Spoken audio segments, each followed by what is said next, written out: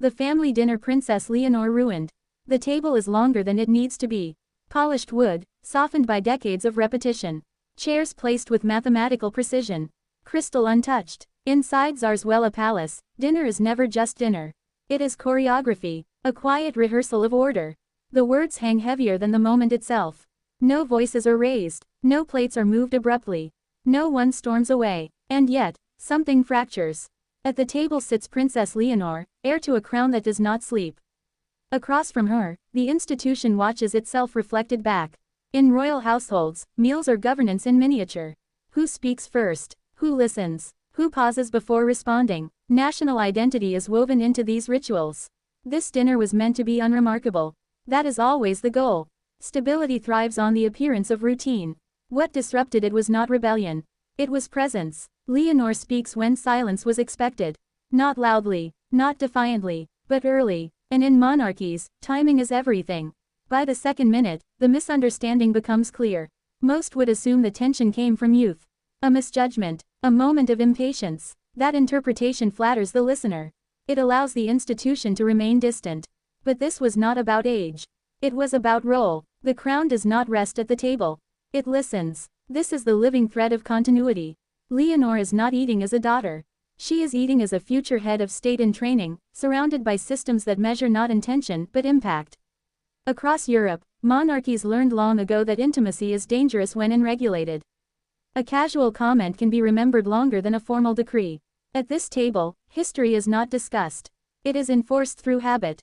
And so, when Leonor disrupts the rhythm, subtly, almost imperceptibly, it lands with disproportionate weight.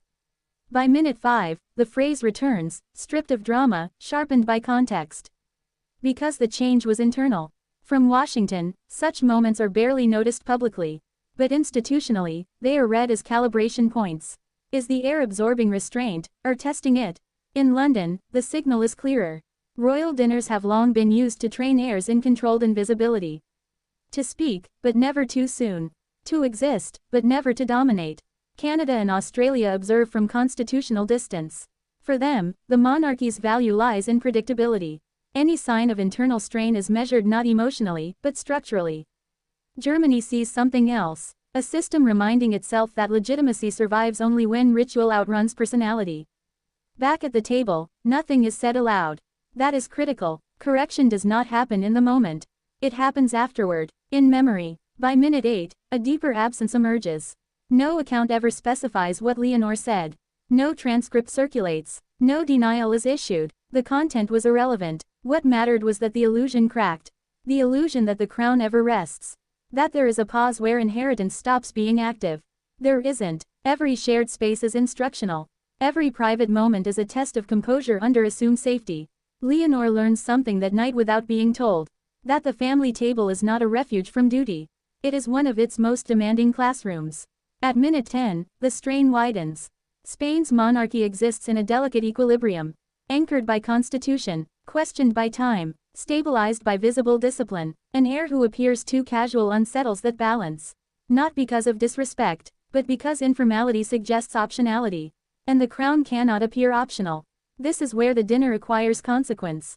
Not as scandal, as signal. By minute 14, the point of no return passes unnoticed. Because once an heir becomes aware that even silence is evaluated, innocence does not return.